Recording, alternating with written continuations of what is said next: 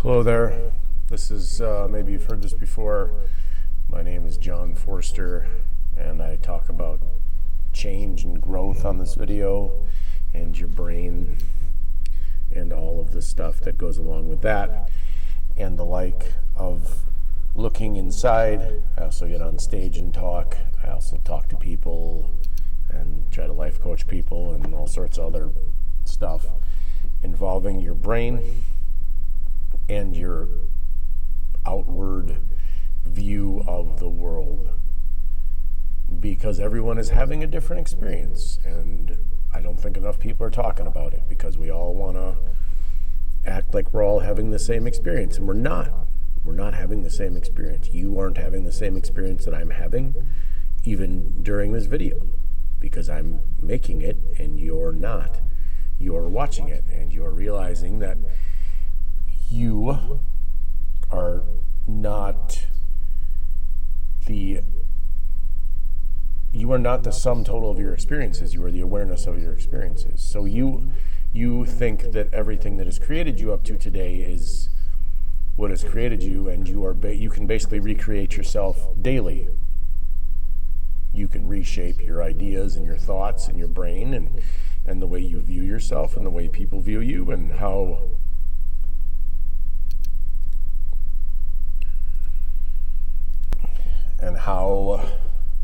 you are looking at the world. But you cannot change how anyone else sees you.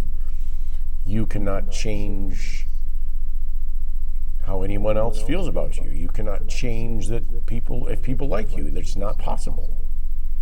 It's not a thing that is possible to do, because you are the only person that can change yourself. Because what is in your control is you. You are the only person in your control. Your thoughts, your reactions, your ability to look at the world. And you can't change anyone else. We try to change our kids, or we try to change our family, or we try to change our mom, or we try to change everybody outside of us, instead of realizing that we can only change ourselves. It's not possible to get somebody else to see the world the way you want to see it. And then, well, what's the point of these videos then? And the point is that you can change yourself. The point is that the only thing that is important is changing yourself in the way of change for you, because the change is important for you. It should be. It doesn't have to be. That's the other great thing. You don't have to change anything. You can continue to go through life, be miserable, make everybody's life miserable around you, and you don't have to change anything. You don't ever have to grow as a person. But don't be upset when people stop talking to you, or don't be upset when people start having boundaries, or don't be upset when things change, because nothing is in our control. You have free will over how you react. You don't have free will over what happens to you. But you do have a choice in how you react. You can look at it and be a positive, and everything can be a learning experience. It doesn't have to be a negative. You don't have to put a negative spin on everything. You can, but you don't have to. And if you want to, I can't tell you that there's a better way. I can't. No amount of me talking is going to be like, well, yeah, that guy knows what he's talking about, or that guy's full of shit, or whatever you think. You are only going to hear what you want to hear when you're ready to hear it. No amount of me talking is ever going to get you to hear what you want to hear. Life will show you opportunities. The universe will show you opportunities to hear the things that you need to hear and the things that you need to work on. But it's not a given. We're not going to, you don't have to do anything. You can be stubborn your entire life. You can yell at your kids because they didn't do their best at the baseball game, even though you might not know what the best is. You can yell at your kids for dropping the milk on the ground, or you could be like, hey, could you pick that up, please? Or do you know better when your 16-and-a-half-year-old drops the milk on the ground? Yeah, they probably know better. Do you know better? Yes. Yes, I know better. But there's no point in trying to make someone change. If they're going to change, they're going to change. If they want to change, they're going to change. And they're going to come around and they're going to say, oh, wow, yeah, no, I was wrong. And that's a fundamental problem. Nobody wants to say they were wrong because they want to control everything. So back to the control thing. Like, if you're going to argue about why you're right all the time, you probably try to control every situation. And I bet Thanksgiving is real fun when you're around. And I bet that it's, relationships are hard. Dealing with children is hard. Being a child is hard. Everything in life is hard. But also the ideas of what we think inside of our head of how a situation should be make it infinitely more harder. Well, it should be this, because it was like this for my whole life. Well, things can change. You could color Santas in June. It doesn't matter. Anything can be fun if you're not an asshole. If you refuse to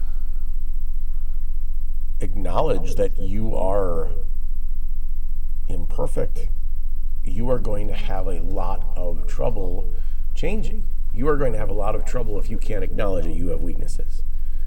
Yes, you are perfect, but every human being has weaknesses. Every human being has things they need to work on. Now, there's some people like Buddhist monks or Hindu priests or Hindu people or people who are in a higher plane mentally that have less to work on. But they didn't get there yesterday. They didn't get there in a day. They've been doing it for years and years and years, and it takes time. And we need time to change, and we need time to grow. That's why when you're in a traumatic relationship and you get out of it, you can either choose to jump into another relationship, which will only show you more trauma, or you can choose to work on the trauma and the loss and all of the things that you need to work on. And that is a choice.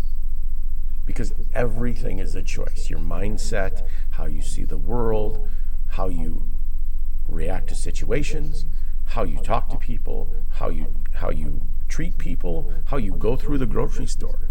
You can choose to be the way you've done it for years, mousy and scared, or you can choose to go through the grocery store with your head held high, and you can acknowledge that you are in the grocery store and that it's amazing. It's a choice. It's a choice.